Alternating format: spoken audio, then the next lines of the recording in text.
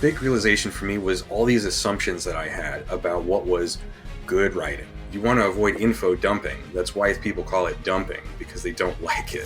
What was the most challenging part to write about? The really challenging parts are...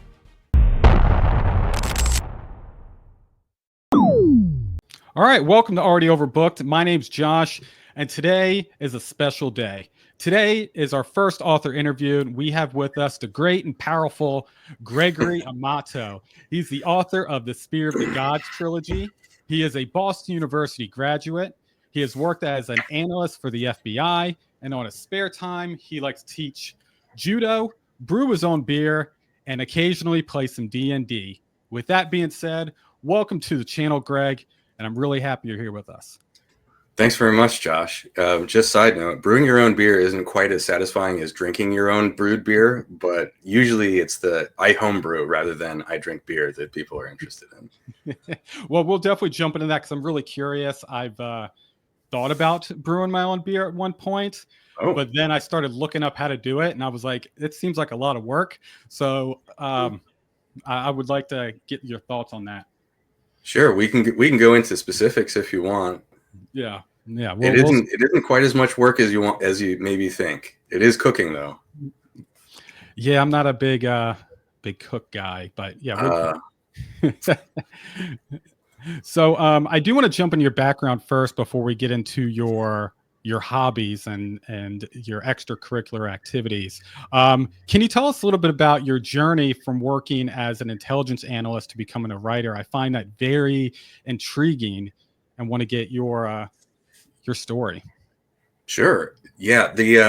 So I've always been writing in some form in my profession. And when I eventually got to the FBI and I was an intelligence analyst, it was just another type of writing. So I had done journalism. I had done kind of sort of technical writing in my office jobs. I had done academic writing. These were all just different styles. Intelligence writing was a little bit different, but I picked that up like anybody else could, I think. Fiction, though, man, fiction is the hardest thing to write, in my opinion. It's a little bit different from anything else. So around a little bit before I became a government contractor, I had started this story that would become Burden to Bear. And that was, I think, 2007. Had really good ideas, had really good characters. I did not know anything about structuring a novel, though, much less structuring a 3-book series. So I moved to Oregon for my job at the FBI in 2010. And I thought, well, no more jobs after this. And because I was so focused on the FBI and my career there, I really didn't do a whole lot of fiction writing because I was busy with this other thing. But eventually there was this combination of like lower satisfaction from my job at the FBI and a bigger draw into writing fiction. And Michael J. Sullivan was very encouraging about that and that potential transition into fiction. I had met him and his wife, Robin, in 2008 when I was a contractor. We met in the Arlington Writers Group. They were just getting into self-publishing at the time, in fact. And later on, I talked to him a bit more about like how to jump into that. He gave me some good advice, and eventually I took it. And eventually, when I was looking at considering leaving the FBI, I had a long conversation with my wife, as you would have to do, but she was really supportive. We talked about calculating savings, estimating time to making a profit.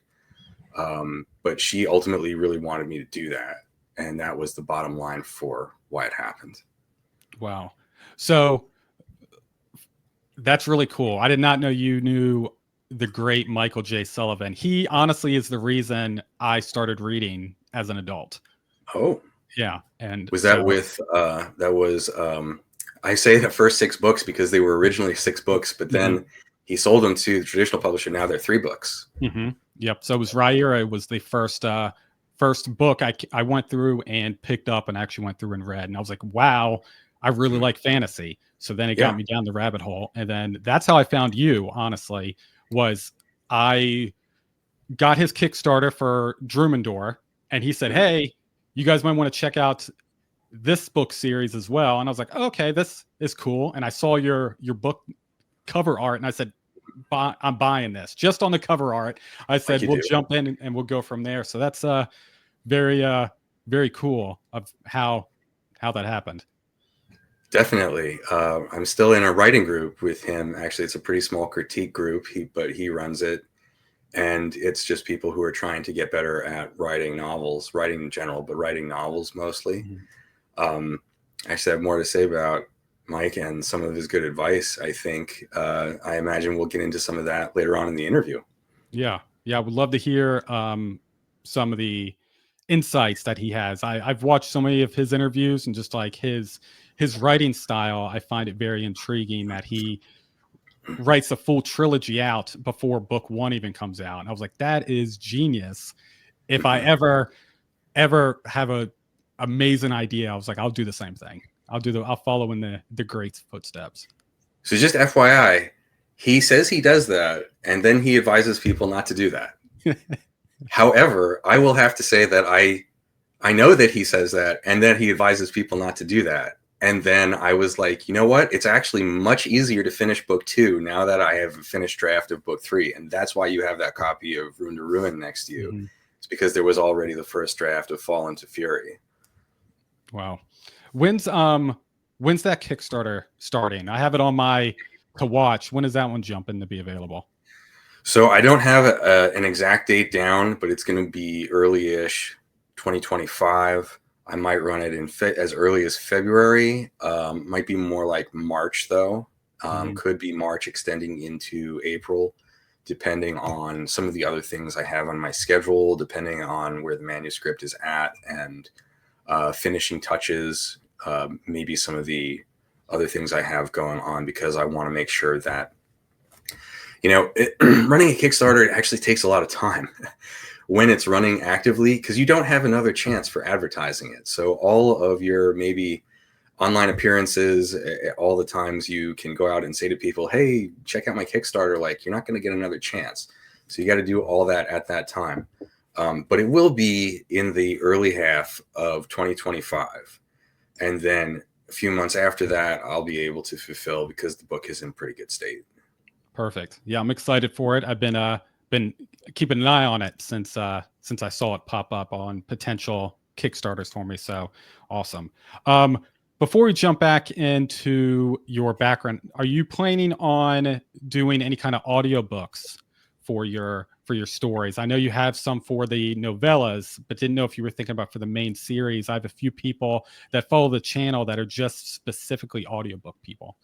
Yeah, it's a huge consideration, especially when you write this kind of fantasy.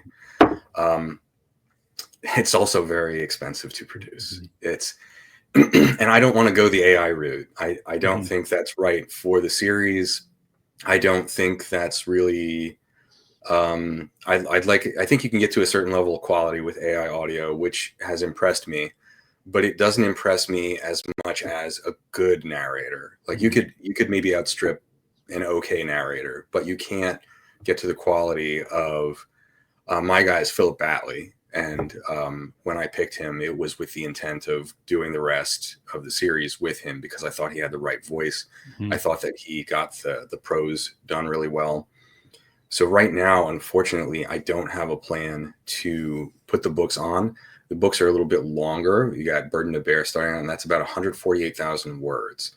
So if you guesstimate about 9,300 words per finished hour, you're at what, like something like 16 finished audio hours. That gets to be a lot of money really quickly. And that's just the first book. The other two are longer. I would like to put that in, but I think ongoing sales just have to get higher before I can realistically do that. Maybe you can do a stretch goal. That'll be like the big stretch goal for the It would have to be a next big one. stretch goal, yeah. We'll make it the biggest one. Well, I'll Okay. help you push it, because the novellas were great. I went through and read them first, and then I went through and listened to it. And they were very well done. And I think the full doing the full series would be fantastic, going through and doing that. So yeah, I'm all for helping push as I can to get that stretch goal so we can get these in audio version as well, because I think it'll increase the scope of the audience. So Awesome. Yeah, I'm into that.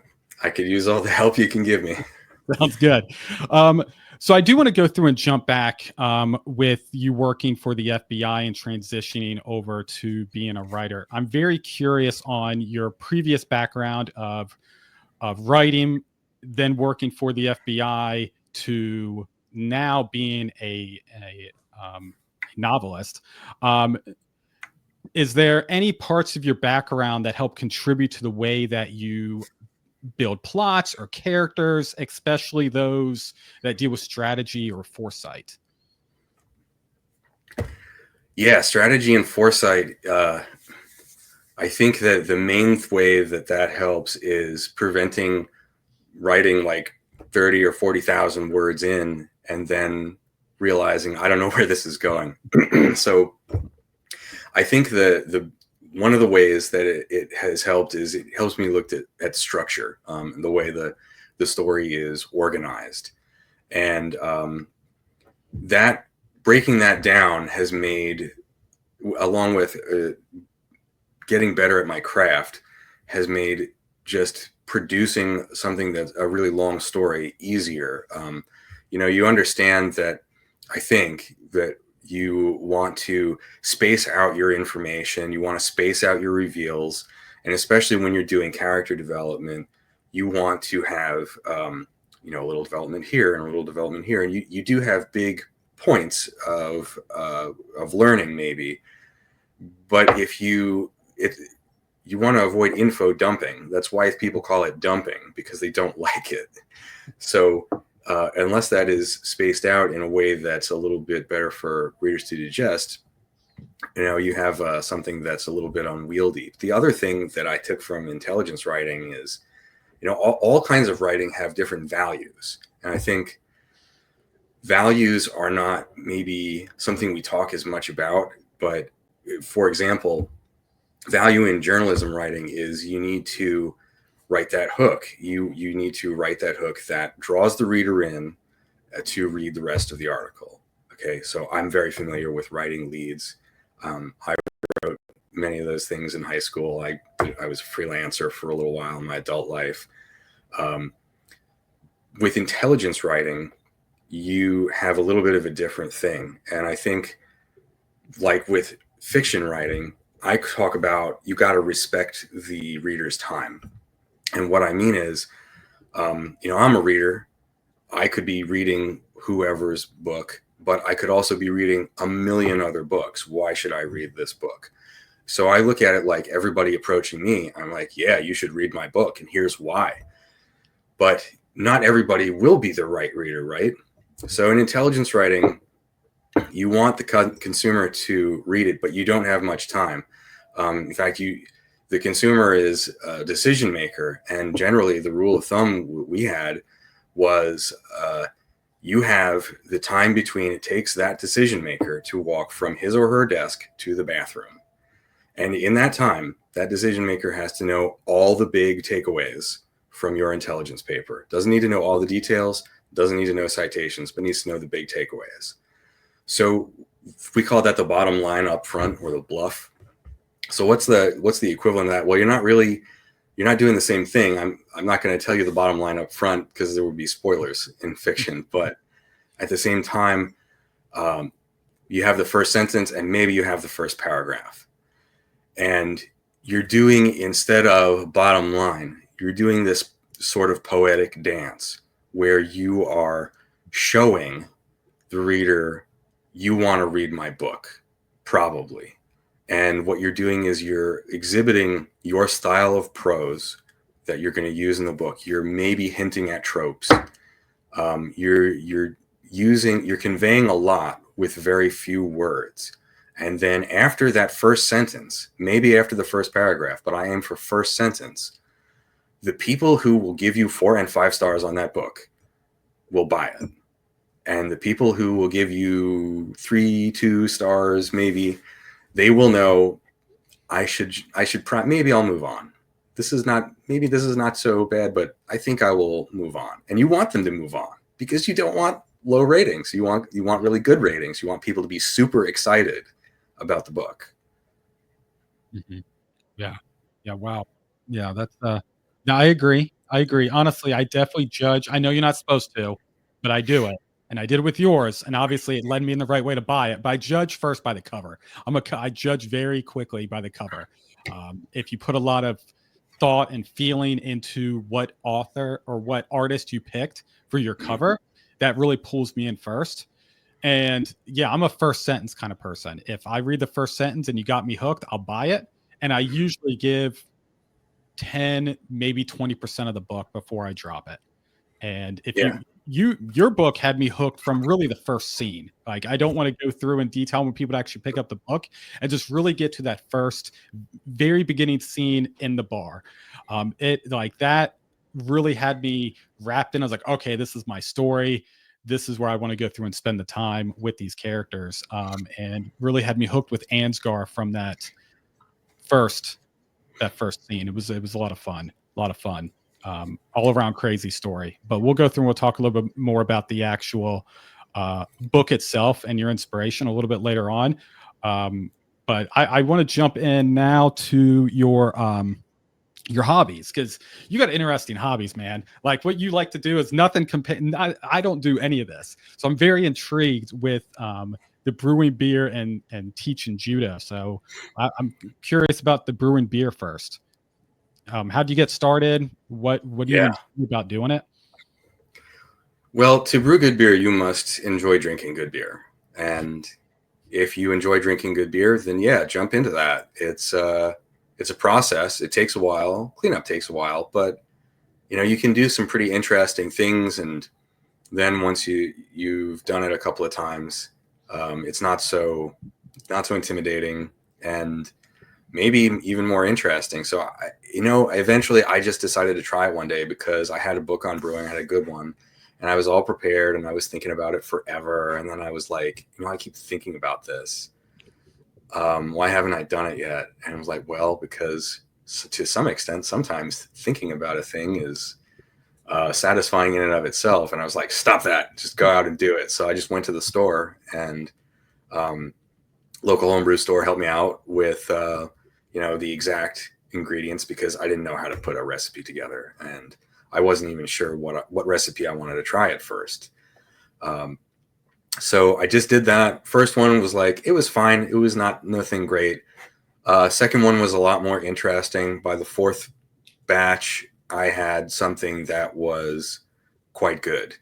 And then from there, I think I have 3 or 4 recipes that I have really dialed in that I quite enjoy. And when I go back to brewing, now there's not so much time for it, but when I do that, it's probably one of those 4.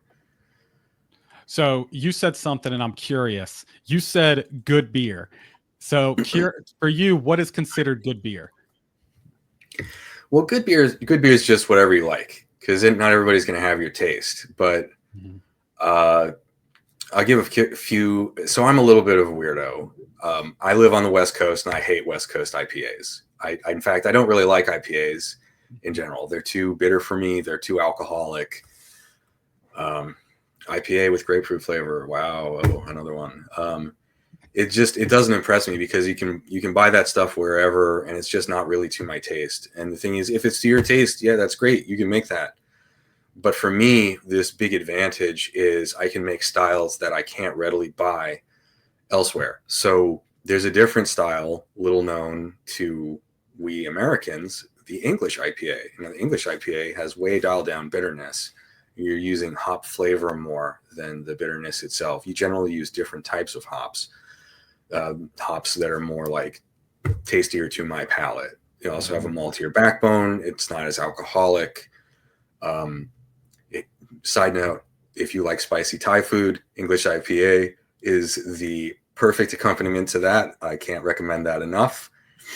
But good luck buying that because, especially around here, that's just not what people sell. It's not what breweries make. It's not in the grocery store. You can't really find it. And now, I've been to England and Scotland, little bit easier to find the English IPA. Also a lot easier to find beers that I really enjoy. But the American palate tends to be a little bit more bitter and significantly more alcoholic. And I meet these British guys, they're like, come on, man, I want to just pound one. And then the second one I want to, enjoy, because like a hot day, and I want something like that. And if you are used to ordering a 7.5% bitter beer, that's not your practice. And I'm kind of with those other guys. Like, I kind of want to come in on a hot day and just, pound a pint and then sit around and enjoy the second one. You can't do that if they're super alcoholic, or I guess you can. I wouldn't recommend it. Yeah, I'm the same way. I don't like stuff that's too hoppy. I don't like I don't like it. I'm not a huge fan. So I like that less alcoholic beer as well. So that's very interesting. So you mentioned Scotland. So I'm actually going to Scotland next year for the first time. Super excited. How, you said you've been there before? How many times have you been? I was there once, very briefly, about 20. Oh wow, I'm old.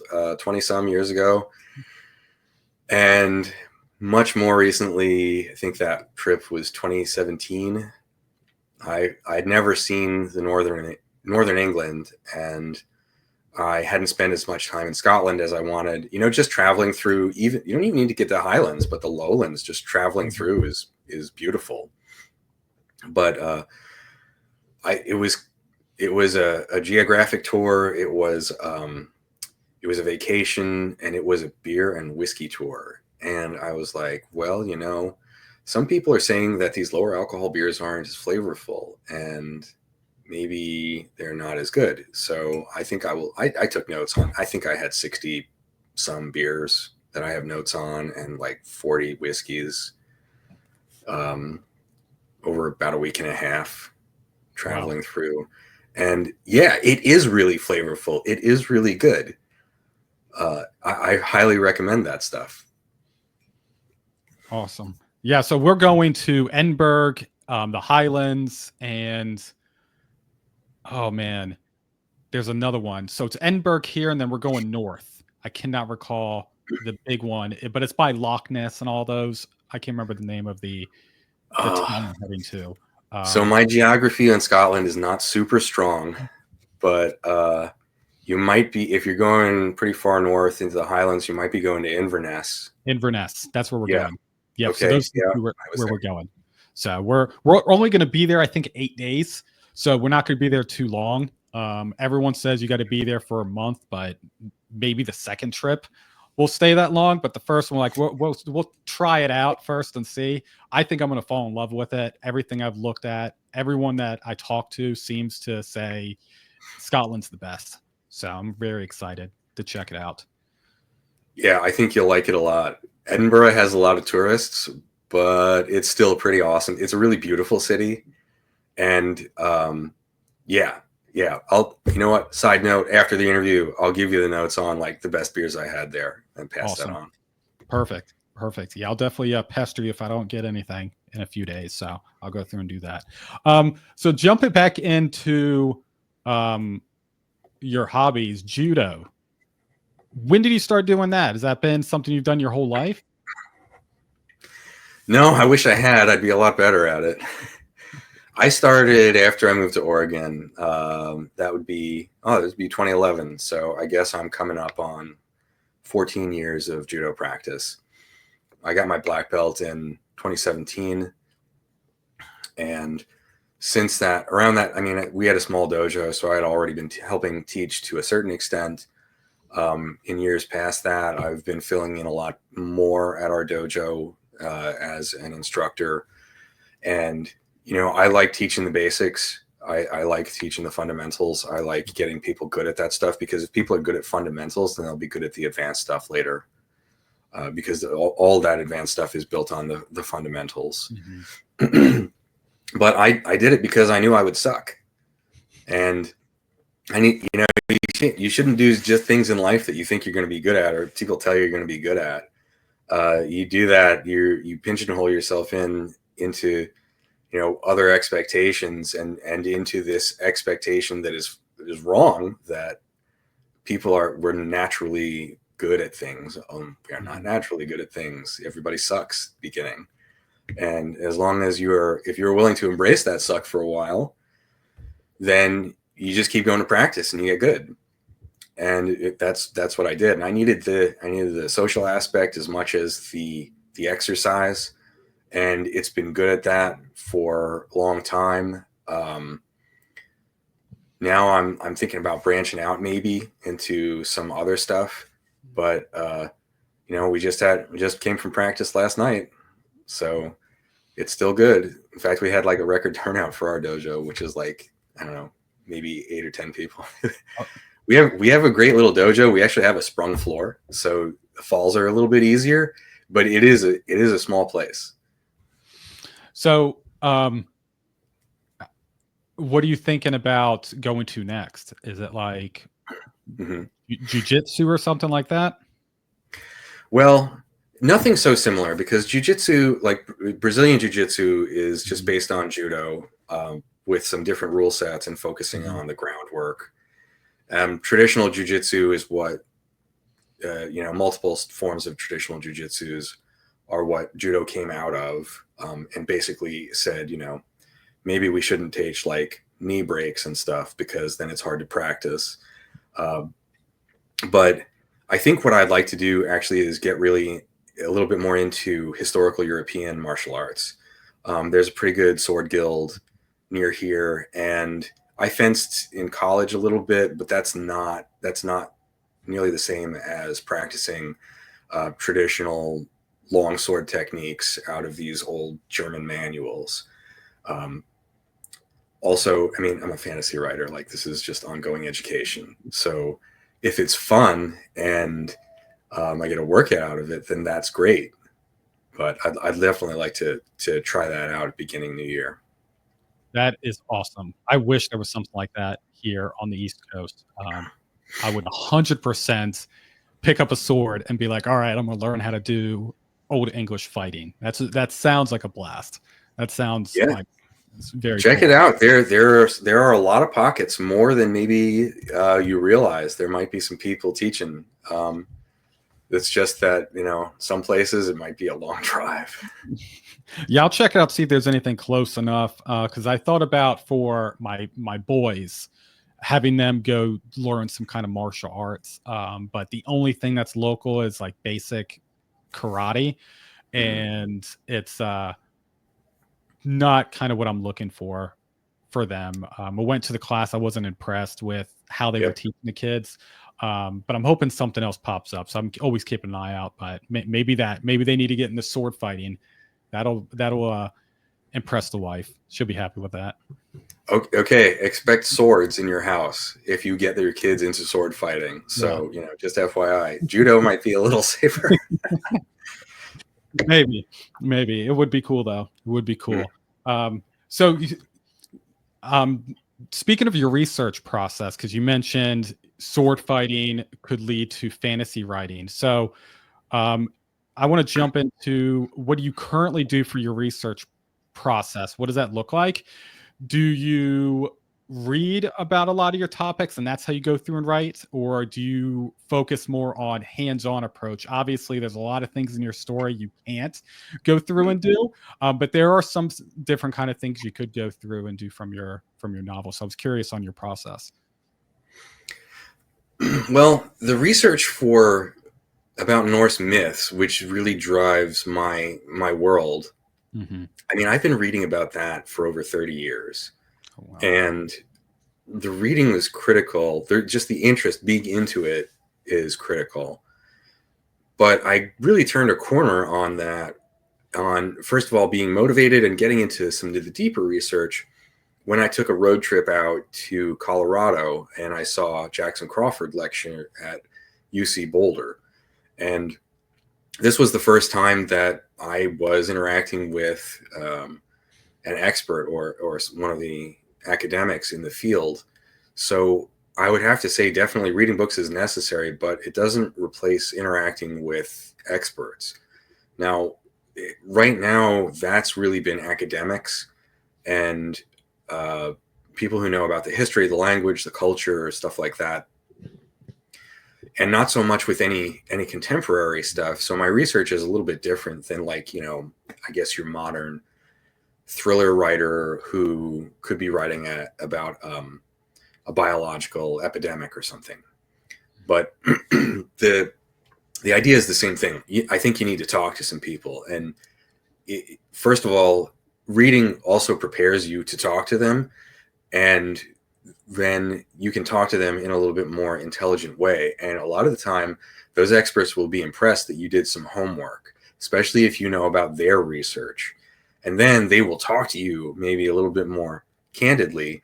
And I think that back and forth is one of the coolest things about being a writer, in fact. So, yeah, that, and that stuff really feeds the ability to write engaging, in-depth worlds. And whether it is like about history or like, I don't really write about horses like a lot of epic fantasy authors will involve horses in their fantasy novels. But I still knew years ago, it was like, I need to sit on a horse. I need to know what that's like. I haven't sat on a horse, like, I don't know. I like maybe when I was a little kid, they put me on one, but that just having that experience, you have to go galloping and try horse archery yourself. Although that I think is cool. And if you're going to write fantasy horse archers, you should probably try it. But at least the basics of the experience need to be had so that you have that physicality to draw on when you're describing it. Side note, I can tell when an author, especially a fantasy author, has not ever sat on a horse, and often when they have probably never been in a fight, because I'll believe that your sword is flaming for no reason, without being lit, that this is fine on the blade, that this is just part of, its strength, blah, blah, blah. Fine, I will accept that. But if you tell me that guy spins around 360 degrees to attack, I will be like, no, he didn't. You don't do that in a fight, not unless you want to get killed. I always find those moments enjoyable. I'm like, okay, what else is made up in this story that's not that realistic? No, I love it when people go through and they put a little extra work into it. Definitely in fields that I'm familiar with. It's like, okay, this makes sense why they're going through and doing this. So I got a question. When it comes to Viking shows, Norse shows, is there any show that you go through and watch and you go, yeah, that's close based off of your 30 plus years of experience reading Norse stories? Norseman. Yeah, it's a comedy show, and it is very tongue-in-cheek. So you can't, there's not trying to be literal. The thing is, they know exactly what they're doing. If you've done a bunch of reading, if you know the subject, you can tell these people know precisely what's going on. They're sometimes making fun of it. However, they know what's happening. The rest of them, shows and movies, I haven't been super impressed with. Maybe there are certainly some aspects of all of them that work all right, but on the whole, I just none of them really try to capture the magic the same way that I think I was trying to do. They're often thinking like, well, this is kind of like this other thing, but just with this Norse flavor, and it's like, no, it's actually not. A lot of assumptions about clothing that are from pop culture, a lot of assumptions from about gods. People are totally convinced that Loki and Thor are brothers, and that Loki has horns, or at least a horned helmet. And it's like, listen, this is all Marvel stuff, like, which is fine. Fine, have fun with it. That's cool, but just don't expect that a lot of those references are quite that way. I think that I haven't played this game because I stopped playing video games, because if I play video games, I won't get the writing done. But I think it's the video game series will come to me. God of War, I think. And I think what you're doing is you end up fighting Hrolf Kraki and his 12 champions in this game, which I was interested me enough to be like, okay, well, what does that look like? And I mean, it looks they are decked out in these weapons and armor, and it looks, as far as if you're trying to be traditional, it looks ridiculous. But if you're enjoying a video game, it looks cool. And also, just remember, they had to make these 12 guy or 13 guys now all look substantially different. Plus, they actually did enough work that I think they had all those names correct. So, kudos to doing some of that research and, putting the authenticity in, while at the same time, it's like, yeah, I can very much see why you would want to fantasize some of these aspects. So I wouldn't go to TV or movies much for historicity, but I also wouldn't necessarily judge, be like, oh, well, this is bad. Like, I don't really think that quite that way. So it doesn't go through and pull you out too much. So, for example, my wife works in the healthcare field. So anytime we watch something with healthcare, she's like, oh, that's wrong. And she goes, I can't watch this because this is all we don't have time to do half the stuff they're doing on there. Like, no, there's not a 15-minute hallway conversation. She's like, we're taking care of people, so we don't have time for this. So I was curious if it's the same thing for you, going, no, they would not be doing this, or they look ridiculous. I can't watch anything with the FBI. Well, that's not true. So I could watch less serious stuff about the FBI. Anything that, but any show that's really a comedy knows well enough that what it's making fun of. So they really know the intelligence community. They really know what's going on back there. So like I'm much more. I really liked Archer, or the early seasons of Archer, because I was like, yep, that's a lot of that is exactly how an intelligence contractor is kind of working.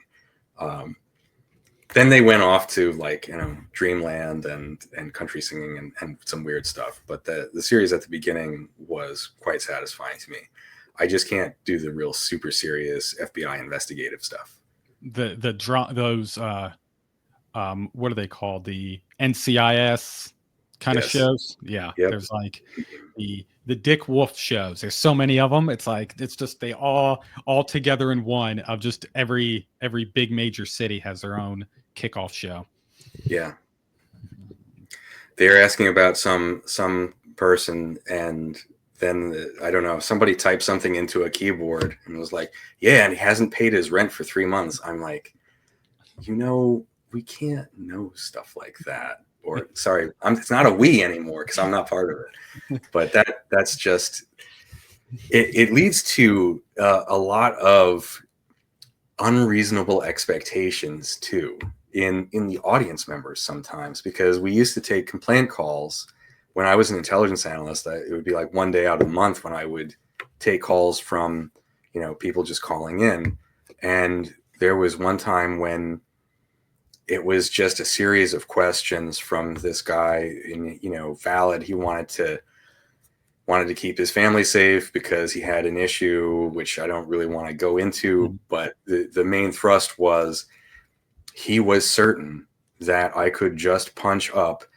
any phone number, whether it was a burner phone bought with cash yesterday or not, and find out who bought it. I was like, how do you think I got a guy's name who bought a burner phone with cash, especially yesterday? Like, okay.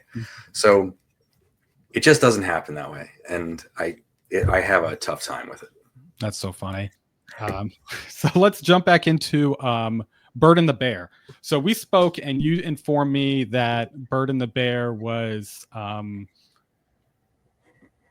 it had inspiration from Beowulf and the Hrolf Kraki. Did I say that right? Hrolf Kraki saga? Hrolf Kraki, yeah. Yes. So what made you decide those two stories as the foundation for Bird and the Bear? So I don't know if I decided that it like in a conscious decision kind of way, But as I think about it, there are really two elements that they share. So first of all, Beowulf and Hrolfr Saga, they have a lot of similar elements in the story. But the main things that I think they shared that I really liked to draw on are, I like the heroes. Like I'm rooting for Beowulf. I'm rooting for Hrolfr, and both of them have, or both of the stories have, a ton of little complicated side stories along the way. I mean, some people complain about Beowulf for that. It was like, hey, just get to the fights. Why are you talking about this, and this thing? But it actually goes to illustrate a lot of what was going on at the time, I think, and what was important to people. And here I was writing this story where it was like, yeah, I've got this main story, but the main character as a storyteller is also going to tell you some of the myths. So it fit in. They both fit in kind of pretty well that way, and they like these. It was kind of like these big saga snowballs that are rolling down the mountain, incorporating more cool stories as they go, which is a lot like, I think, my series. And so there was just this sense of similarity. And as I was thinking about it more cognizantly of like, what do I want to fill in here with, or what do I want to draw on? I think a lot of those fill-ins came more and more from those two stories. So from your story, what do you hope readers are going to go through and take away from your story? Is there any particular like feeling or message you want to really resonate with the audience? Definitely, specifically with your first book, Bird and the Bear. Yeah, I think what I want them to do is see part of themselves in the story, or some of the characters. And when they finish the book, I hope they suddenly feel the need to go out and do something badass, because that is part and parcel with the stories. Like, you go through hard things, but it is worth going on those adventures. Yeah, for me, what I got out of the story was your life's not set in stone. You can really go do whatever you want and change and pivot your life to something else, even if you don't think that's the right route for you at the time. Because I feel like that's a lot what Ansgar was going through. It was like, hey, do I really want to go try to go with these people and do this, or do I want to stay the current path that I'm on with being a storyteller, being a delivery driver, delivery person? Yeah. Or I want to So go have my own adventure. I put him on that path because I had to have him on that path, or else there's no saga. It's just him being comfortable. And that is standard storytelling procedure. Like, you've got to, your main character is comfortable, and then you force a choice where they have to go out and do something very different. But I think the slight difference in my story is that he was very like really, really resistant, and then up to the end, he's really thinking like, or maybe not explicitly saying, but he's wondering if any of these choices were good. Like, he has a lot of regrets. This is a big problem. And so, where does that leave him exactly? Because, this is the end, but it's only the end of the first book. And I try hard to give satisfying endings that make sense, so that each book is its own complete story. And that's what I have at the beginning of the first book is, without saying too much about the end of the first book, is hopefully the reader is satisfied but energized, if that makes sense. No, 100%. No, that's definitely how I felt when I finished the book. There was a few things that happened that hurt my soul a little bit. You did a few things in there that kind of hurt me a little bit. But what I really liked about your story was there was so much humor in there that I was not expecting it. So I Mhm. didn't jump in. I didn't read a bunch of reviews before. It was, hey, I just want to jump into this story and just have you drive the story for me instead of getting other people's perspective. So the amount of humor in there, Mhm. I really enjoyed it. I was very surprised with the amount of times I was giggling to myself as I was going through and reading your book. Mhm. Yeah, the humor is part and parcel of the craft. It's not a comedy book. It's definitely not even a humor Mhm. book. But at the same time, you have some longer descriptions, and you have longer, not longer, but you have time in between action sequences. And when you're, as a writer, when you're writing, you're just putting words down. A few things can increase or decrease the pacing. And generally, when you are describing a long, thoughtful scene where the character has to just realize something, and there are points like that, then if you want to move this a little faster, the things that move faster are dialogue, shortening your paragraph, shortening your sentences, uh, or action. But the other thing that can keep things moving and keep the reader's interest, is a little bit of humor, and having that character, that narrator, reflect in a way that makes you giggle a little bit. And so, to me, that makes the slow parts, when they happen, not so slow at all. Also, it continues to give that same theme, because the sense of humor is fairly consistent throughout. It Mhm. is really Norse humor. You're going to find the same sense of humor in the sagas. It's dark, it's dry, it is sometimes self-deprecating, but like only if you take a wound or something like that. Like, there's a scene from a saga where, I think this is Saga of the Yams Vikings, where a guy gets his lower jaw chopped off.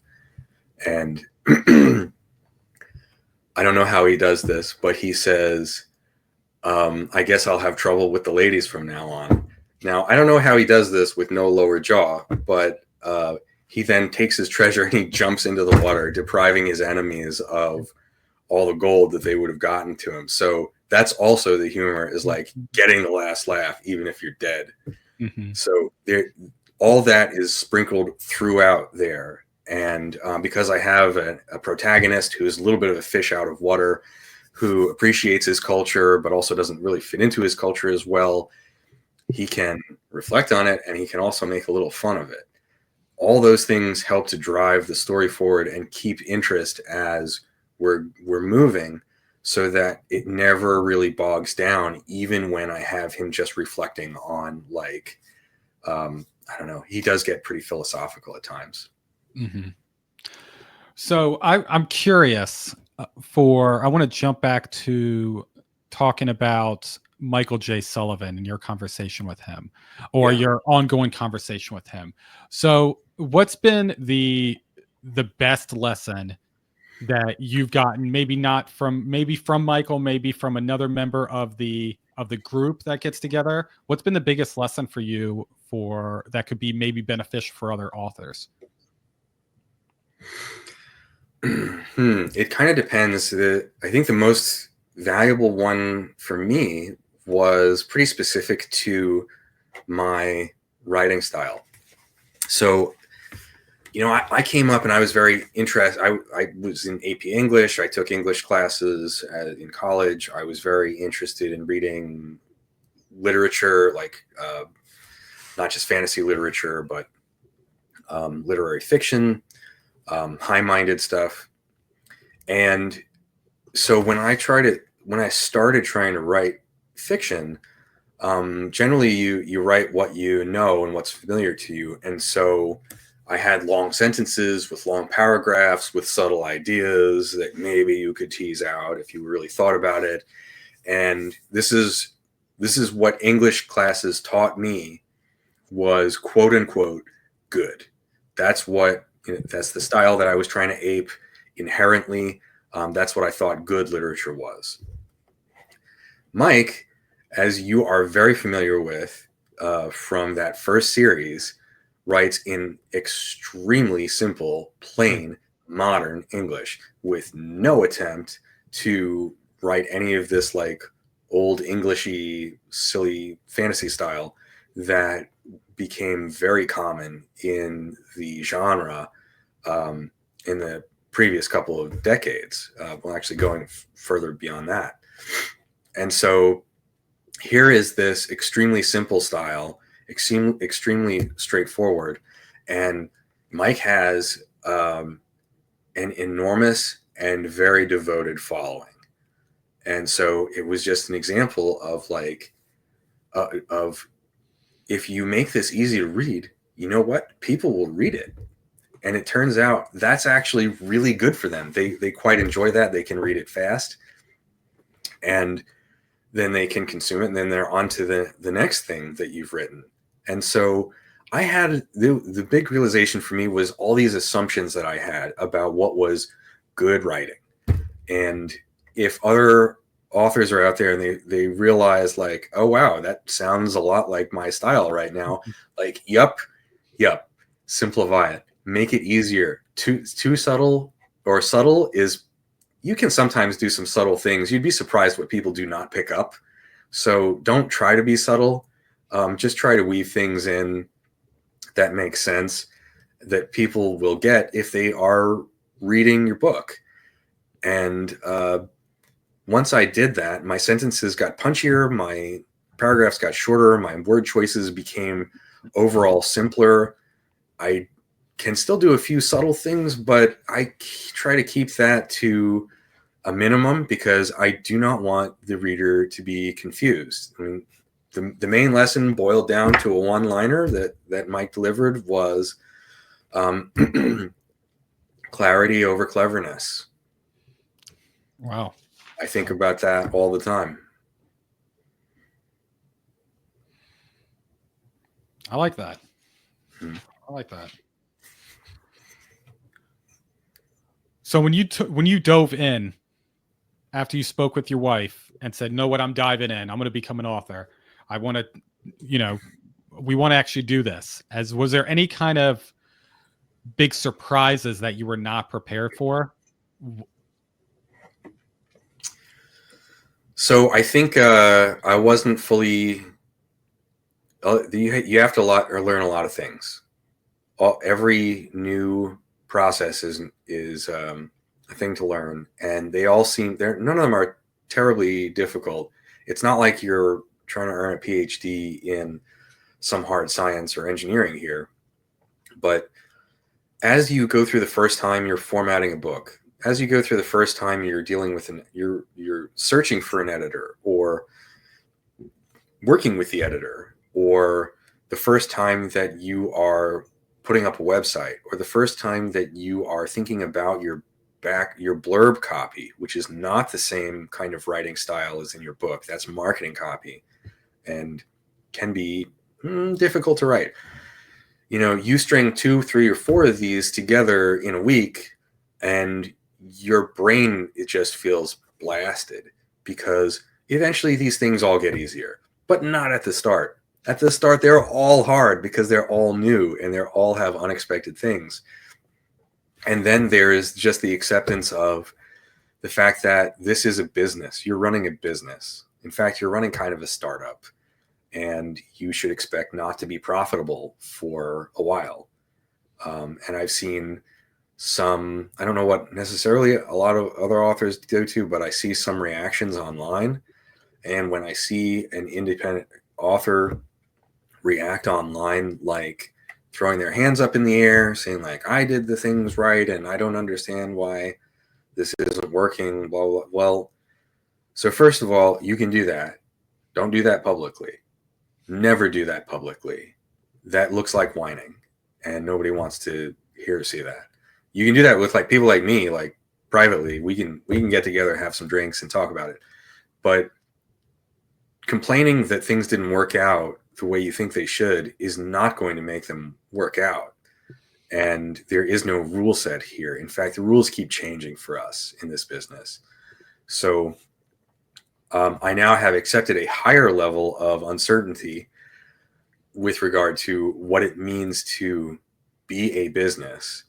And I've learned a lot more things, but I know that there are a lot more things to learn. I haven't even learned ad copy yet. That's coming next year, probably. So has there been anything that you can think back on that was humorous, like maybe behind the scenes moment about being an indie author? Anything that stands out? Uh, I have to tell you, I might have to tell you a story about me being dumb. Not terribly dumb, but still not great. So 2022 at 20 books to 50K, the indie author conference. There's no more 20 books conference. Side note, that's now Author Nation. But 20 books to 50K was in 2022 was my first time like getting into a conference like that. And I was there to learn, but mostly I was there to network, find some other people in my business who I could talk to, work with, throw ideas at, get feedback from, hear how they're doing. And so, we had these badges, and I just got my name, and I'm like, I'm gonna write my general fantasy genre. I'm gonna write Norse fantasy, and that got a little bit of attention at times. Like people like, oh, hey, that's interesting. So there I am. I'm in the middle of the conference. I'm writing everything down. I'm getting to every single talk I can get to. I'm taking down all the information. I'm learning hard, super hard. And I've just got my head down. I'm running to the next talk that I'm going to. And what I didn't notice was the woman who said, hey, Norse fantasy. And I ran right by her. And then at the next talk, luckily, C.K. Sorens, another fantasy author, tracked me down and said, hey, I just yelled at you. Are you going to answer me? And I felt kind of dumb because she was super interested and because she was there with a bunch of other people from her writing group that meets online. And from there, she introduced me to some other folks. I ended up hanging out with them throughout the rest of the conference. I am still in contact with them in multiple ways online on the Discord. She is the driver of the Instagram promotion that's going on right now with like 24 plus authors. I'm posting on that every day on Instagram with a new author a day. And, she's a really reliable person, a very organized person. And I had just run right by her, having looked for exactly what she had. So I guess the lesson there was, don't be too into your head, which sometimes I am, and I've got to be like, nope, focus a little bit more broadly, take it easy. Yeah. Well, that was a blessing that you bumped into her again, and she wanted to give you another chance, because that could have been her going like, oh, well, I guess I'm not talking to him, and it could have just been off her merry way. So that's good thing she was motivated, because she came at me. It wasn't by chance. She was just motivated, and that's kind of how she does things. Wow, that's awesome. And I'm not familiar with her. What kind of books did she go through and write? C.K. Sorens. C.K. and Sorens. Okay. I have to go through and check her stuff out. Yep. Yeah, awesome. Definitely recommend that. Awesome. And I'm not on Instagram. I guess I need to jump on so I can see this group of people. We'll see how the promotion goes. Maybe who knows how long I'll be on Instagram. Social media is a big question for me. Like, I decided to just dump Twitter. It has too many problems. I'm not sure how valuable. I talked about like you keep needing to adapt, and I'm still not sure how valuable social media is for someone in my position. You can't generalize necessarily to all indie authors. Although sometimes you can generalize a little bit, but it also varies by genre. If you write romantasy, it's not necessarily going to be the same thing as if you write Norse fantasy, and different tools may work better for different genres, different subgenres, different audiences. Right now, I am still experimenting. I don't know how much time I want to put into social media, because all that time is like, it doesn't really matter how many clicks it is. Mm-hmm. Like, what does it result in? Like, is there greater fan satisfaction? Are there greater sales? Because I have to see one or the other in a substantive way. Otherwise, it's just clicks into the darkness when I could be writing more actual material. I would have to 100% agree. So I just started on social media month month and a half ago, and that's kind of my big question mark is, hey, is this worth my time? The collaboration and talking with people is great, but is it worth the what I could be doing instead? And that's kind of my big question with it, because it's, if I'm on social media, I'm not doing something else. Right. So I could be reading more or learning more about editing and going that route, but instead I'm spending the time on social media going that route. So I'm in the same boat trying to decide what's the best option for me. So yeah, I'm right there with you. It's definitely a time you got to spend a lot of time in there, what I've noticed. Yeah. Well, right now I'm getting some initial traction and engagement on Blue Sky, and I've Mm-hmm. heard that there are a lot of readers there. Mm-hmm. So I'm hopeful. So, but we'll see. Yeah, I do like what I do like about Blue Sky is the grouping. I don't know what it's called, but you can like join groups and then you can follow every single person in that group. You find like you're a subgroup of people and y'all can go through and talk. I think that's pretty cool. Of going through and talking with people on there, but haven't made the full leap over there yet. So we'll see what happens. We'll see what happens. I'll keep on that. We'll trade notes. Yeah, sounds good. Sounds good. So I want to jump back into your book. I was very impressed, and I think I was very as clear as I could be on my review of your book, that I really like the tone and the themes of your book. Specifically how it felt very poetic and intense, and which I thought was very fitting for the Norse saga.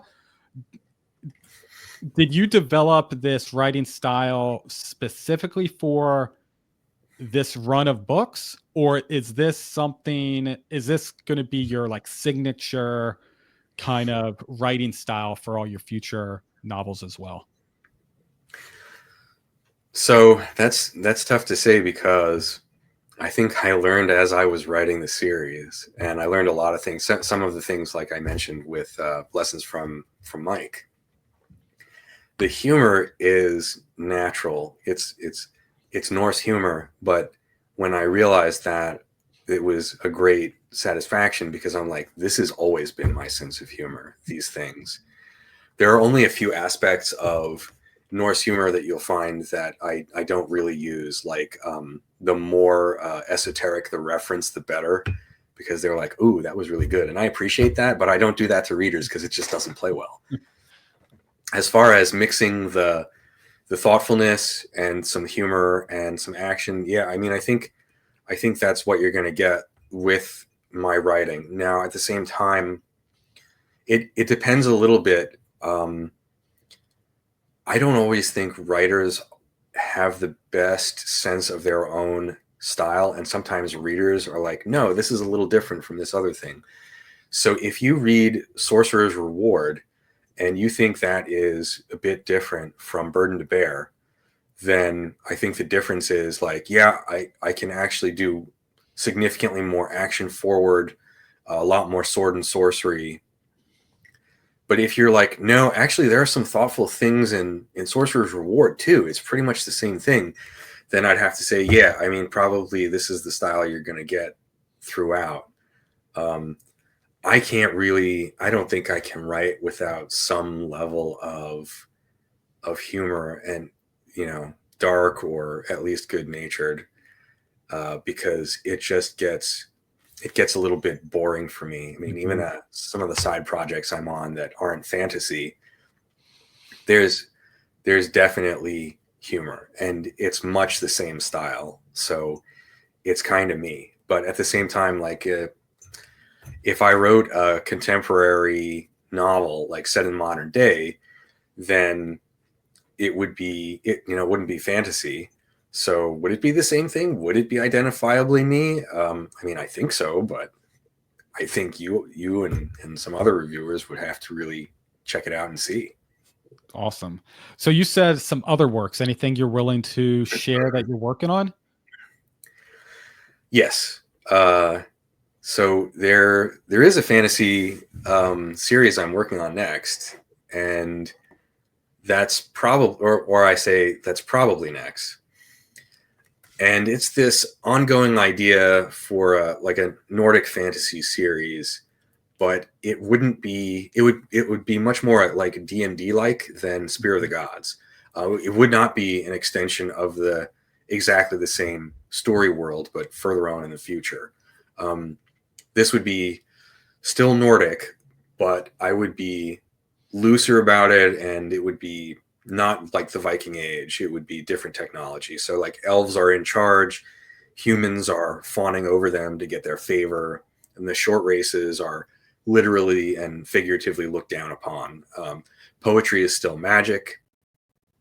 There's this vague memory of these old gods, and that series I tentatively refer to as the Undergrounders. So it gives me a lot of leeway to create my own world, to incorporate things like strong writing um, tradition in it, whereas like Vikings don't really write; they just carve some things a little bit with a continuing a strong oral tradition, but introducing writing, introducing different kinds of armor and weapons without being too worried about strict period specificity. I can introduce alchemy and basically anything I think is cool and call it mine. Mm-hmm. And that is probably what's coming next. I could do an anthology of shorts based on some of the side character, like not the main character, but the other characters in Spear of the Gods. But anthologies don't generally sell as well as novels, and I'd basically have to have fans demanding that from me. And if they do, then yeah, I do it. But if they don't, then I'm like, okay, well, I am trying to be profitable at some point. Mm-hmm. So I'm probably going to write the next series. Outside fantasy, there is one project though, and that's a fantasy novel. Or sorry, not a fantasy novel. That's an FBI novel, standalone. It's a comedy about an FBI intelligence analyst and a Chinese intelligence officer, and they're both trying to succeed in the midst of bureaucratic insanity. It's not fantasy, but fantasy works do get referenced in the series. They actually play a big part in the series, and that one. I might actually try to shop it to traditional publishers because it's not part of my core brand as an indie author. But we'll see. Nothing is set in stone on that. I have a rough draft, but it's a big maybe. I actually have to have the FBI approve it because it's about my old job. Mm-hmm. So they'll go through it and they would be like, no, this is too close to sources and methods and stuff, or something like that. I don't think I've written anything that they would do that to, though. They might not be super happy with some of the things I make fun of, but nobody gets away clean, and I definitely don't come away pro Chinese government in that book. So we'll see. Well, I hope it happens, but I'm not sure. I am very intrigued on that one. I like the buddy cop or buddy FBI agent kind of story. I think that'll be very cool. So I'm very interested on that one to see, because that's something different. I think the D&D story, I think that's going to be awesome as well. You're going to really have a lot of flexibility there. But seeing you write something that's outside the fantasy genre and like, hey, we're going thriller now, I'm very, very intrigued on that avenue. But knowing that it's within your wheelhouse and what is something that I really enjoy reading about. So I'm a big fan of, like, if I am going to read a thriller, I like military thrillers written by someone who used to be in the military, like Jack Carr. I'm a big Jack Carr fan because he was in the military for a very long time, and everything that's in his book is like, okay, this is actually how they went through and did it. So I find that very, very cool with going into the story. So I'm very interested in yours. I think it's going to be cool. Yeah. So you mentioned thriller as a genre, and I think a lot about genre because I don't really write to market. I do write. I could have half a dozen different projects going at any different time. It's just a matter of, what do I think might succeed? But I had to think a long time about this one because I'm like, is this a thriller? Is this just a comedy? And I was like, actually, I think it's not a thriller. At least my style is not going to lend itself well to thriller itself. So can that sell as just comedy, or is it a black comedy? And I'm uncertain. And maybe it might be that I have to adapt my style to be different in order to write this as a thriller comedy. Mm-hmm. But, a lot of stylistic changes have to be made because with a thriller, there are definitive expectations there about pacing and about Mm-hmm. how exciting things are and how it really grabs you and just does not let go. And Mm-hmm. if I'm writing about intelligence processes, that just doesn't mesh well with that idea of grabs you, it's exciting, and let's go. Especially not when I'm waxing expressive about bureaucratic insanity. So the genre is not set in stone on that one, and it's one of the questions that is fresh in my mind, and will have to get answered. Wow. Yeah, that's sounds cool. Well, keep me in the loop on that. I want to definitely keep an eye on that one because that sounds like something I have not read before, and I think that's very cool of going through and trying and doing something that it's not the normal. If you decide to go the thriller route, it's not the traditional normal thriller route. Because when I think of thriller analyst, I think of oh man, I just had it on the tip of my tongue. What's the author's name? The Jack Ryan Yes. series. I Yeah. can't recall the author for it, but yeah, the Jack Ryan series. That's who I think of. So it's like I'm an analyst. I just like we talked about. Just I tap 3 things on the computer. I got everything I need. I'm going to go out and take down the bad guys, kind of thing. And that's what a lot of people go through and think about FBI analyst. Right. I mean, if you're going to write an analyst into a thriller, and I tried to do this research, but I was like, tell me, give me books where analysts are actually being analysts. And they're like, well, Jack Ryan. And I'm like, Jack Ryan's an analyst who ended up on a Soviet nuclear sub. Invariably, the analysts are like, oh my gosh, I have to shoot things and do martial arts and whatnot. I'm like, that's not analysts being analysts, though. So how do you write that? Well, I have a way, but I don't know that it's a thriller. In fact, I think it might be not a thriller, but it's still good. Awesome. So we'll see. What happens? We'll see. We'll see. So jumping back to the books we have, if you could see Bird and the Bear be adapted, what would be your dream medium? Do you think film, series, graphic novels, comics, something like that? I think it'd be great in comics or graphic novels. I think that there's a lot of leeway there. The fantasy elements are really strong. There's enough description to really bring characters to life. I think people would really like to see those characters brought to life in that form. I haven't really been impressed with a lot of fantasy in TV and movies lately. Sometimes it seems like fantasy that they put to live action is, maybe for younger audiences or really doesn't have very good dialogue, and because everything is about effects and props and dress up, and that's not really what this is about. Or you go like the House of the Dragon route. It's like, this world is so adult, it's miserable, and I'm like, okay, that's not what I write, and I will never write anything like that. It won't be. it wouldn't be quite the same thing. Plus, that stuff's really expensive. Mm-hmm. I think there is a realistic expectation that eventually it could see a visual medium in graphic novels. I don't think anybody's going to take a big risk on a huge budget thing and make it into a TV or movie series, though.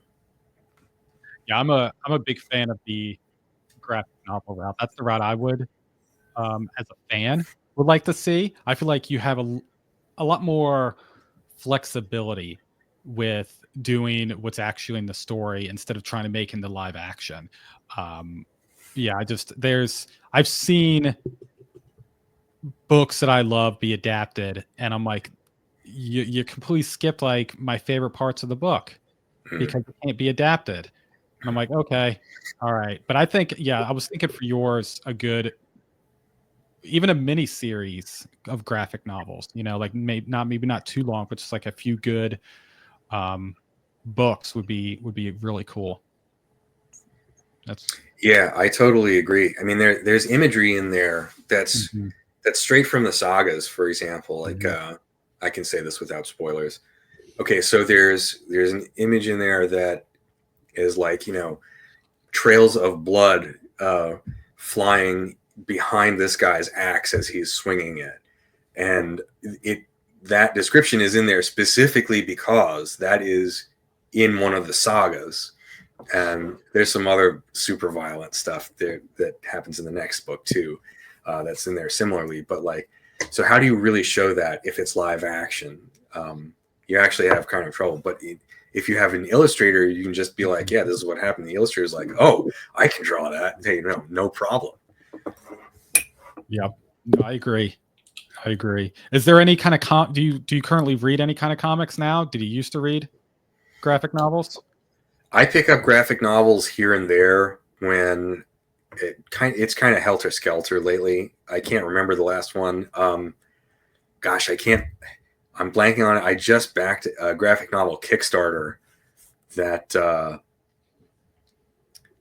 I'm actually pretty excited to read, but you back it, or I back it and then I forget it because I'm just like, fulfill when you can fulfill.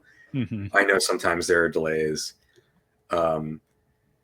But yeah, I think actually Kickstarter is pretty good for that. It's great for illustrators as well as writers, and I would look that up. In fact, maybe after the interview, I can look that up and let you know. Maybe we could do a little thought bubble, like he's actually talking about this. He's talking about this right here, this one. Yeah. And I'll put a link at the bottom. Yeah, I like it. Too bad my brain didn't work as well enough to talk about it in time, but we still got it. No, we're good. We'll add it in there. We'll add it in post-production. So I want to go through and ask you one more question because I'm really interested about this one. Is what was the most challenging part to write about for your story? Was it the battle sequences or was it the more introspective moments of your characters? So I actually don't have trouble with either of those. The introspective parts are very logical, and I'm leading up, or they're logical in my mind, and I'm leading up to them. And the battle sequences, I have a lot leading up to them, which makes them more meaningful because I don't have fights just to have fights. The really challenging parts are structure and having things flow in throughout the entire series or throughout the entire book, and managing those reveals bit by bit, instead of, because like on a first draft, I've probably written a bunch of info dumps because it was just all in my mind. And then on a second or third draft, I'm like, nope, can't say all this right here. That's a big mistake. Glad I wrote it down, but needs to be, okay, so where does this go? And where does it go naturally? Because I don't want to just jump into a scene in order to be like, and now I'm going to express this part of your development going from boy to man. No, the characters have to make logical decisions and act in the story. and then, but I can direct specific things in the dialogue so that I lead them to very specific parts or specific questions that they have to ask and then answer. And that is how I do a lot of that character development. When you have as many characters as I do, and not just the protagonist is being developed, that becomes a really complex task where it's not like Jenga, it's not like Tetris, it's more like computer programming. It's like, okay, so I changed this on line 12. Okay, well, this just broke on line 94. Okay, so I'll change that. All right, now line 36 has a problem. It's more like that, and because I'm very cognizant of plot consistency and consistency of character choices, and I want that to be very clean. I don't want people pointing things out that are like, oh, this doesn't really make any sense, because that's going to take them out. That's going to hurt their experience, and it's going to make for not as good of a final product. That's really the thing I have to spend the most time on, probably. Okay. Wow. Yeah, I didn't think about that. I can see how that can go through and be an issue there. I never thought about writing being like computer programming. I think that's a very cool and different way to go through and think about it. Because yeah, it wouldn't make sense of going through and being like, okay, now this character, because I need it for the story to do X, Y, and Z, the character's just going to go through and change. Because as readers, we've all went through and read that. Like Greg wouldn't do that. That's not him of going through and doing that. So giving them a reason to make that change, that makes a lot of sense. Right. So how can people connect with you, Greg, and find your books? All right. Well, my website is pretty straightforward, and that'll give you the ability to sign up for my newsletter. That'll come out second and fourth Saturdays. So I try to do a good newsletter, not just a, hey, click on my books, buy my stuff kind of thing. I tell a little bit about myself and a little bit about the writing process and a little bit about cool news or things that I've been doing every time. And maybe a few side things that may you be interested in if you're into Norse stuff or fantasy stuff, which presumably, if you subscribe to my newsletter, you are into one or the other or both. You also get the free ebook. You get copy of Trollsbane. And if you want to buy the books, there are links on the website that will take you to, there'll be universal book links. So wherever you want to buy it, if you're in Australia and you click on Amazon, it'll take you to Australia and Amazon, or Amazon for Australia. If you're in the United States, it'll take you to Amazon in the United States. But if you want, Barnes and Noble or Kobo or something else, I'm a widely distributed author. I'm on all the sites. I have not gone exclusive. Tried that a little bit with Amazon. I didn't like it. But yeah, those are all good ways. So once you are on those sites, you can generally find me with an author page, and it'll list all my works. So, I have the short works right now. Trollsbane's 1. That's your first intro to the whole Spear of the Gods, Ansgar the Skald stories. There's the Skald, which is the longest prequel, the first thing I published, in fact. There's the Sorcerer's Reward, which is not involving Ansgar the Skald, but is a bit more sword and sorcery. That's told from Haldor Skullsplitter's point of view, just before he meets Ansgar. And Burden of Bear and Rune to Ruin, books 1 and 2, respectively. You can buy those anywhere as well. Perfect. I will have to say I'm on your newsletter. It is fantastic. Highly enjoy it. I like the pictures you put on there.